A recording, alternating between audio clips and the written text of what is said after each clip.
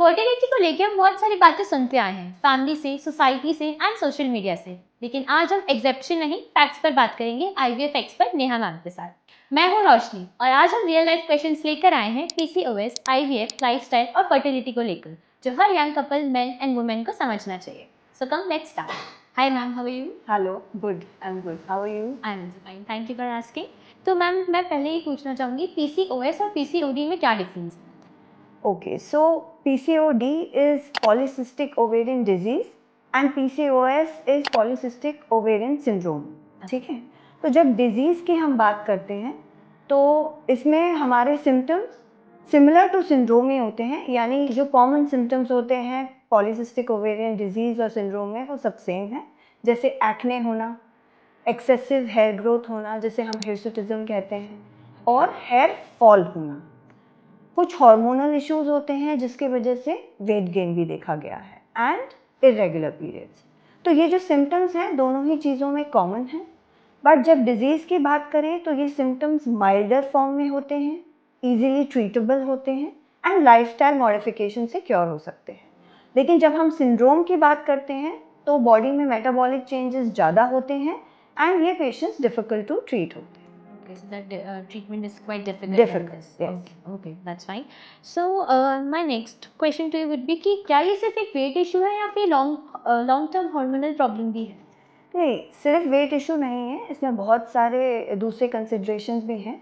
Wait is one part of polycystic ovarian syndrome और disease, लेकिन बहुत बार ऐसा देखा गया है कि पेशेंट्स में वेट नॉर्मल भी होता है, फिर भी वो सिंड्रोम से या डिजीज़ से ग्रस्त होते हैं।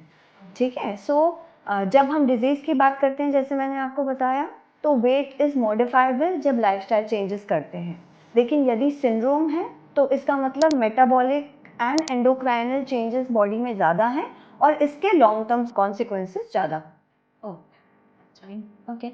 So my next question to you would be like PCOS and PCOD के अर्ली साइंस क्या हैं और क्या ये मेंटल हेल्थ को भी अफेक्ट करते हैं? पीसीओएस और पीसीओडी के अर्ली साइंस ऑलमोस्ट सेम है। दोनों में इरेगुलर पीरियड्स देखने को मिलता है, वेट गेन देखने को मिलता है, एक्ने देखने को मिलता है और एक्सेसिव हेयर ग्रोथ देखने को मिलती है ना। और जब हम डिजीज़ की बात करें, मैंने पहले भी बताया कि ये लाइफस्टाइल मॉडिफिकेशन से हम इन्हें कंट्रोल कर सकते हैं, पर सिंड्रोम में हमें एक प्रॉपर ट्रीटमेंट देने की आवश्यकता होती है। Okay ma'am, my third question to you would be PCOS और पीसीओडी में सबसे कॉमन मिथ्स जो लोग अक्सर फॉलो कर लेते हैं। इन चीज़ों को लेके, पॉलीसिस्टिक ओवेरियन डिजीज़ को लेके सबसे कॉमन मिथ ये है कि यदि हमें ये डिजीज़ है तो इसका कोई ट्रीटमेंट अवेलेबल है ही नहीं। सबसे ज़्यादा पेशेंट को ये दिमाग में एक नोशन क्रिएट हो जाता है because of so many wrong ideas जो कभी कभी गलत सोशल मीडिया हैंडल से लेते हैं, या हमारे नोन लोगों से हम बातों में सुनते रहते हैं कि अगर किसी को पॉलीसिस्टिक ओवेरियन डिजीज़ है तो उसका कोई ट्रीटमेंट ही नहीं है या उसे आगे चल के दिक्कत होगी ही, तो ऐसा नहीं होता है। It depends on the type of disease, किस तरीके का प्रॉब्लम है। जैसे हमने बात करी डिजीज़ और सिंड्रोम की, और बहुत हद तक लाइफस्टाइल से ये मॉडिफाई हो सकता है, but it has to be a long treatment, मतलब ट्रीटमेंट थोड़ा लंबा होता है और प्रॉपर गाइडेंस में होना चाहिए। If you are taking treatment under proper guidance and properly जैसे आपको गाइड किया जा रहा है आपके डॉक्टर द्वारा, then it is quite controllable problem. It means that guidance is mandatory from a doctor in this case. Definitely. Okay. So ma'am, as we can see today girls are career focused, right? तो उन लोगों की marriages भी काफ़ी delay हो जा रही हैं, तो how does it affect the fertility? देखिए, इसमें क्या होता है कि ये बहुत नोन फैक्ट है। हमारे पुराने लोग भी ये कहते थे कि सबसे अच्छा टाइम कंसीव करने का होता है when the woman is in her late 20s and early 30s। Okay, so anything after 24 years of age and up to 32 to 34 years of age is very good। लेकिन अब जैसे जैसे टाइम आगे जा रहा है, women are also equally career oriented है, work कर रहे हैं, एंड बहुत सारे लोगों पे फैमिली की भी रिस्पॉन्सिबिलिटीज़ है जिसकी वजह से वो अपने प्रेगनेंसीज को, मैरिजेस को डिले करते हैं, है ना।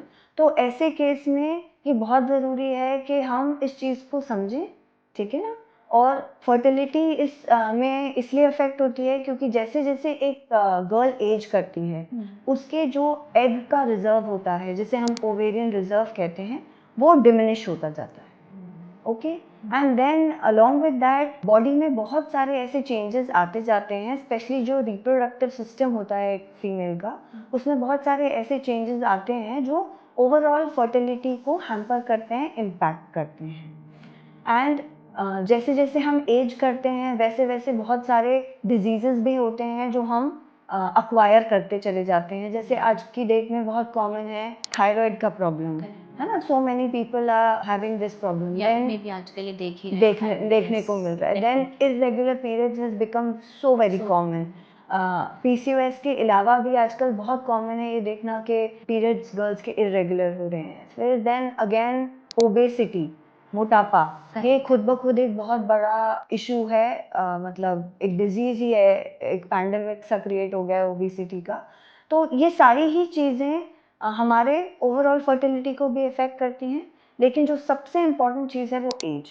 जैसे जैसे हमारी एज आगे जाती है हमारी फर्टिलिटी ड्रॉप होती जाती है, एंड बिकॉज क्योंकि हमारा जो नेचुरल सिस्टम भगवान ने बनाया है वो इसी तरीके से बनाया गया है कि हमारा सबसे अच्छा फर्टाइल पीरियड होता है 25 to 35 years of age. Okay, so you mean कि 25-30 के 20 लड़कियों को शादी कर लेनी चाहिए? At least if they can't marry, then they should definitely consult अपने gynecologist को consult करके later on के लिए क्या options हैं उसके बारे में बात करना चाहिए। जैसे आजकल एक अपकमिंग ट्रीटमेंट है जिसमें एग फ्रीज किया जाता है, एग फ्रीजिंग की जाती है।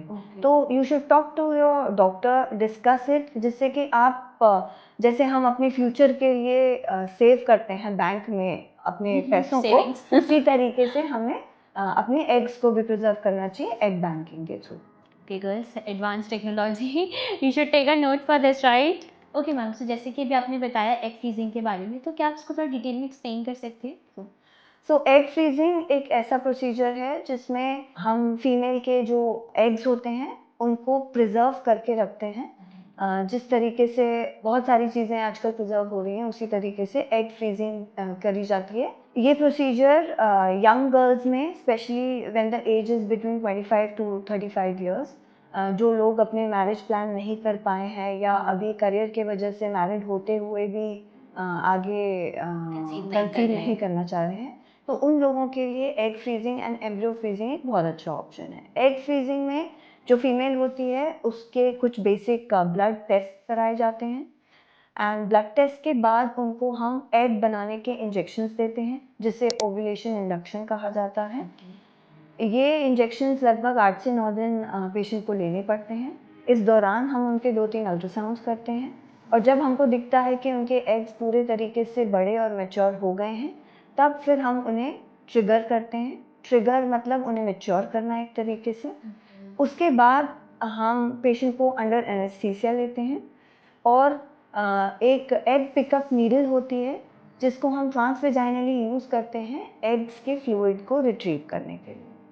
अब इस प्रोसेस से हमें जितने भी हेल्दी oocytes होते हैं जो उस पूरे 10 डेज़ के स्टिमुलेशन के दौरान बनते हैं उनको हम रिट्रीव कर लेते हैं, और उनको एक फ्रीजिंग प्रोसेस के माध्यम से फ्रीज करके स्टोर कर लिया जाता है। अब इसका ये एडवांटेज होता है कि यदि आप आज से 4 साल या 5 साल बाद अपनी प्रेगनेंसी प्लान करना चाहते हैं, and because of the age and because of various other factors जो टाइम के साथ निकलते चले जाते हैं, तो अब हम जब इन्हें यूज़ करना चाहते हैं तो हम इन एग्स को, ये जो यंग एग्स थे हमारे 5 साल पहले के जो एग्स थे, इनको हम यूज़ कर सकते हैं अपनी प्रेगनेंसी को प्लान करने के लिए आईवीएफ के माध्यम से।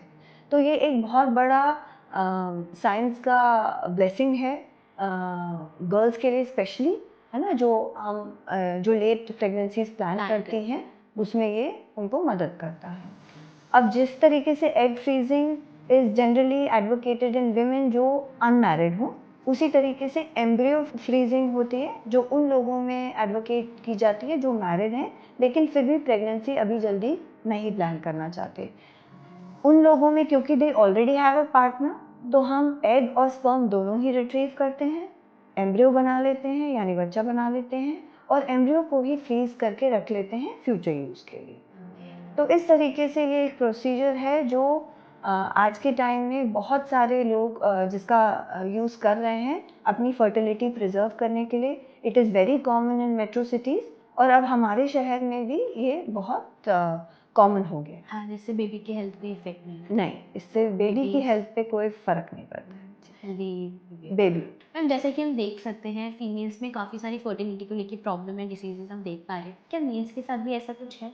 क्या मेल्स में भी हमें कोई डिसीज या प्रॉब्लम्स के साइंस मिलते हैं? अगर येस, तो उसको हम कैसे आइडेंटिफाई कर सकते हैं? देखिए, मेल्स में भी प्रॉब्लम्स देखने को मिलते हैं। फर्टिलिटी दोनों ही एस्पेक्ट से देखी जाती है। 50% योगदान फीमेल का होता है तो 50% मेल का योगदान होता है ना?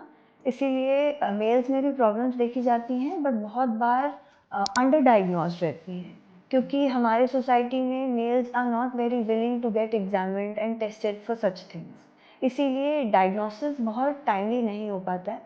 अनफॉर्चुनेटली जब एक कपल कंसीव करने की कोशिश कर रहा होता है और वो ट्राई करते हुए भी कंसीव नहीं कर पाता है, और जब वो एक टर्मिनल क्लिनिक पे पहुंचता है जहाँ पे पूरा फर्टिलिटी वर्कअप होता है, तब हम जाके मेल और फीमेल के टेस्ट कराते हैं।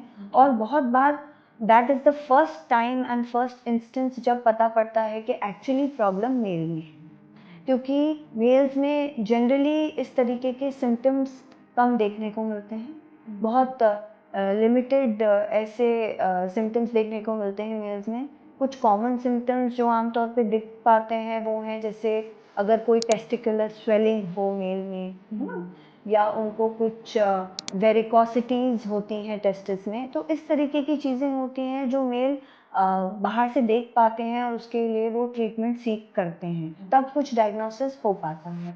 बट अदरवाइज कोई सिम्टम एज सच मेल को फील नहीं होता है। इस वजह से डायग्नोसिस फर्टिलिटी वर्कअप के दौरान ही हो पाता है। तो मैम, जैसे कि हम देख पा रहे हैं इंडिया में इनफर्टिलिटी इतनी बढ़ती क्यों जा रही है और फर्टिलिटी अवेयरनेस इतनी लो क्यों है? देखिए, फर्टिलिटी इसलिए अफेक्ट हो रही है इंडिया में क्योंकि हम भी एक अर्बन शिफ्ट देख रहे हैं। अर्बन शिफ्ट का मतलब है कि जो लाइफस्टाइल है वो बहुत पहले से डिफरेंट हो चुकी है। हमारे फूड हैबिट्स, हमारे जो वर्क हैबिट्स हैं, वो सारे अब चेंज होते जा रहे हैं। हम देख रहे हैं कि we are moving from a very healthy diet towards a very junk diet, है ना? जंक फूड बहुत बढ़ता जा रहा है। फिर हम इसी के वजह से वेट गेन भी बहुत ज़्यादा देख रहे हैं इंडियन कम्युनिटी में। पहले अगर हम अपने एंसेस्टर्स की बात करें तो इतना ज़्यादा ओबेसिटी नहीं देखी जाती थी। देन लाइफस्टाइल, जैसे अब जो वर्किंग कल्चर है, बहुत लंबे समय तक, लंबे घंटों तक लोग एक ही जगह पर बैठ के काम करते रहते हैं। पहले जो काम करने के तरीके थे वो हम इधर उधर भाग दौड़ करके काम कर रहे थे। आज के टाइम में ऑफिस जॉब्स हैं, जब हम 8-9 घंटे एक ही जगह बैठे हुए हैं, तो सेडेंटरी लाइफस्टाइल होती जा रही है। तो ये सारे factors along with a lot of stress, mental and physical stress, ये सारी चीज़ें फर्टिलिटी को अफेक्ट कर रही हैं। सो जो चीज़ आज से 15-20 साल पहले वेस्टर्न वर्ल्ड में ज़्यादा थी, अब वो इंडिया में भी कॉमन होती जा रही है। एंड रही बात अवेयरनेस की, तो हालांकि over a period of time in चीज़ों को लेके अवेयरनेस बढ़ रही है, but because of the fact के 70% ऑफ आर पॉपुलेशन अभी भी रूरल पॉपुलेशन है जो गांव में रह रही है, तो वहाँ पे इन चीज़ों को लेके अवेयरनेस वैसे भी कम है।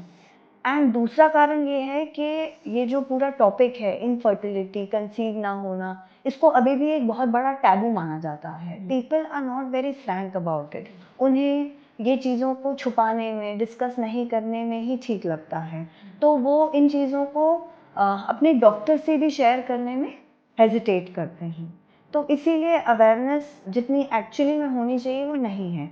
हम इस तरीके के पॉडकास्ट या इस तरीके के वीडियोस जो करते हैं, उनका पूरा एम ही ये है कि हम अवेयरनेस क्रिएट कर पाएँ और एक सही तरीके से अवेयरनेस क्रिएट कर पाएँ। आज के टाइम में सोशल मीडिया में हर टाइप की अवेयरनेस है ना? But when it is coming directly from the horse's mouth, मतलब when it is coming from the doctor who is actually treating the patients, तब ये ज़्यादा ऑथेंटिक हो पाती है। तो जब फर्टिलिटी स्पेशलिस्ट एंड प्रॉपर जो डॉक्टर्स हैं वो आके इन चीज़ों के बारे में खुल के बात करेंगे, तभी जाके लोगों को इसकी एक्चुअल रियलिटी पता पड़े। I hope this podcast will be useful for the girls.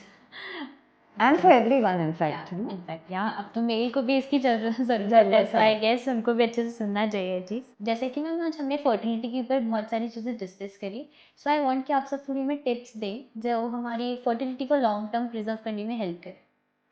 Okay so अगर हेल्थ अच्छी मेंटेन करेंगे तो फर्टिलिटी भी ऑब्वियसली प्रिजर्व करेगी, लेकिन कुछ 4-5 चीज़ें हैं जो सबसे इम्पॉर्टेंट है आज के टाइम में स्पेशली। उसमें से सबसे top priority obviously is food. जो हम ले रहे हैं अंदर वही सबसे इम्पॉर्टेंट होता है। जंक फूड नहीं खाना है। तो जंक फूड अवॉइड करना और एक हेल्दी डाइट जिसमें प्रोटीन, कार्बोहाइड्रेट, फैट का और विटामिन और मिनरल्स का पूरा एक बैलेंस क्रिएटेड हो, सबसे इम्पोर्टेंट वो है। उसके अलावा एक फिज़िकल एक्टिविटी सभी को कोशिश करना चाहिए, चाहे एक मेल हो चाहे फीमेल हो, कि कुछ 30 minutes of daily physical activity किसी भी फॉर्म में, चाहे रनिंग हो, जॉगिंग हो, स्किपिंग हो, है ना, इस तरीके की चीज़ उन्हें करना चाहिए जिससे कि वो अपने ब्लड के सर्कुलेशन को, अपने बॉडी के ऑक्सीजन लेवल्स को अच्छा मेंटेन कर सकें। तीसरी चीज़ है एडिक्वेट स्लीप, जो आज की डेट में बहुत कॉम्प्रोमाइज्ड है। स्लीप बहुत इम्पॉर्टेंट है हमारे बॉडी को हील करने में, and 7 to 8 hours of uninterrupted sleep एक अडल्ट के लिए बहुत ज़्यादा ज़रूरी है आज के टाइम में, क्योंकि हम ओवरऑल इतने स्ट्रेस में रहते हैं। तो अगर हम उस स्ट्रेस से रिकवर नहीं करते हैं तो नेचुरली वो हमारे हेल्थ और फर्टिलिटी को अफेक्ट करता है ना। And last but not the least, to try and manage your stress.